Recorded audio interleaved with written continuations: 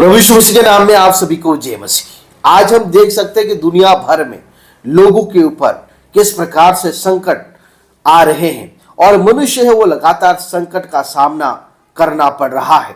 बहुत मुसीबत में है, बहुत तकलीफ में है, प्रयास कर रहा है लेकिन फिर भी उसमें वो कामयाब नहीं हो पा रहा है और लगातार संकट मुसीबत में फंसता ही जा रहा है। जी आज हम देख सकते हैं मेरे प्रियो 2025 साल में हमने देखा कि किस प्रकार से मनुष्य के ऊपर बहुत बड़े बड़े संकट आए और ये 2025 अभी खत्म होने वाला है और जो नया साल है 2026 शुरुआत होने वाला है। और जैसे जैसे साल बढ़ता जा रहा है वैसे वैसे हम अंत के निकट में बढ़ते जा रहे हैं। प्रभु का आगमन भी बहुत निकट है, यानी कि अंत बहुत ही निकट है। जी हाँ, परमेश्वर का वचन कहता है कि जब प्रभु का आगमन होगा उससे पहले बहुत सारी घटनाओं के विषय में मत्ती लिखित सुसमाचार उसका 24 अध्याय में उसका वर्णन किया गया है। आज हम अलग अलग देशों में देख सकते हैं कि किस प्रकार से भयंकर तबाही हुई है। विशेष करके अगर 2025 की बात करें तो अमेरिका हो और तुर्की हो और पाकिस्तान हो और हमारा इंडिया हो, अलग अलग देशों में भयंकर विपत्तियां आई है, प्रॉब्लम्स आई है। जी हाँ, जिनमें लाखों करोड़ों का नुकसान हो गया है, कई लोगों की मृत्यु हो गई है और अभी भी मनुष्य इस संकट में है। और विशेष करके श्रीलंका में बाढ़ आई हुई है। जहाँ श्रीलंका में बहुत ज्यादा भूस्खलन और बाढ़ के कारण कई लोगों की मृत्यु हो गई है और भारत देश श्रीलंका की मदद कर रहे हैं। खाने पीने की जो चीजें हैं उसमें वो मदद कर रहे हैं और भी भारतीय सेना श्रीलंका में जाकर लोगों को बचाने का काम कर रही है। तो कृपया करके भारत की सेना के लिए प्रार्थना करें और श्रीलंका के लिए प्रार्थना करें कि इन दिनों में वहां पर बाढ़ आई हुई है और लगभग कई लोगों की मृत्यु हो गई है।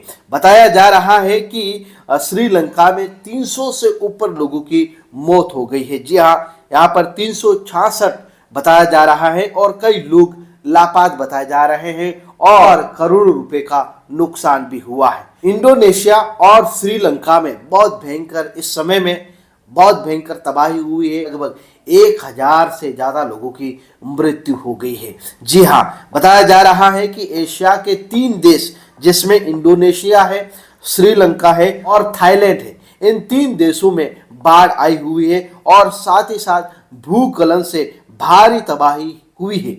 तीनों देशों में कुल 1000 से अधिक लोगों की मौत हो चुकी है और कई लोग लापता बताए जा रहे हैं। इंडोनेशिया में आई विनाशकारी बाढ़ के कारण भारी तबाही हुई है। 600 से अधिक लोगों की मौत हो गई है और कई लोग अभी लापता बताए जा रहे हैं। लगभग 5 दिन हो गया है लेकिन फिर भी कोई राहत नहीं है। मरने वालों की संख्या और भी बढ़ती जा रही है और जो प्रभावित लोग हैं, जो बाढ़ में हैं, अभी भी फंसे हुए, उन तक मदद नहीं पहुंचाई जा रही है। बहुत प्रॉब्लम, बहुत मुश्किल का सामना करना पड़ रहा है।